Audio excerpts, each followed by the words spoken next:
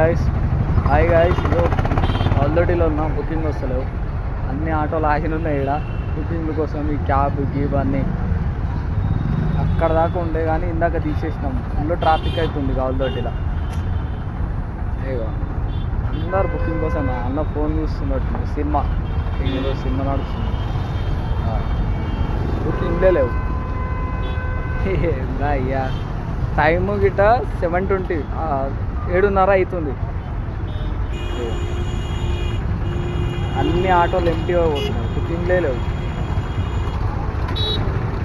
అన్న ప్రశాంతంగా వండుకోండు క్యాబ్లా.